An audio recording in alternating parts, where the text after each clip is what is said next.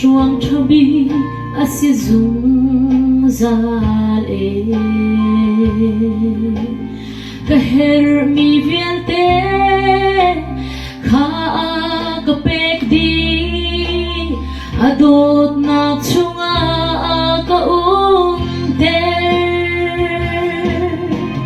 zulom chu athuk bik mi mui na chung in lam a chung kal maning lo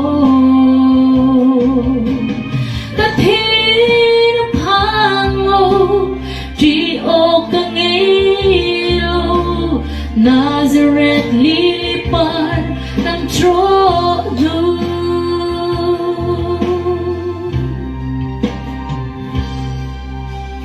lay mi an lung nangam na chu an tro mi lay para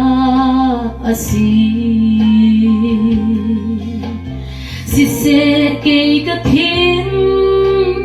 lung hangam na chu Nazareth lily zi su asi zulom chu athuk bik mi mui na chung in lam a chung kal maning lo ka thin phang lo tri o ka ngei lo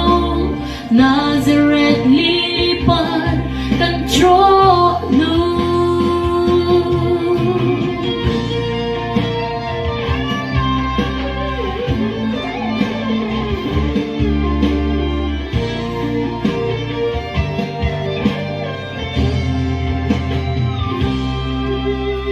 Hilaya thiên đêm tu lay par ngày lâu in man ning lo parem mi suy khoa mau Giêsu ka ngei sun par nak he a ka thit la zulom chu athuk bik mi mui nak chung in lam a chung kal maning lo ka thin phang lo ti o ka ngei lo Nazareth lily pad kan tro nu zulom chu athuk bik mi mui nak chung in lam a chung kal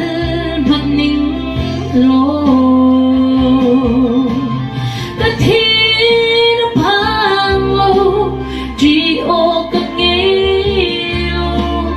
Nazareth lily pad kan tro nu Nazareth lily pad kan tro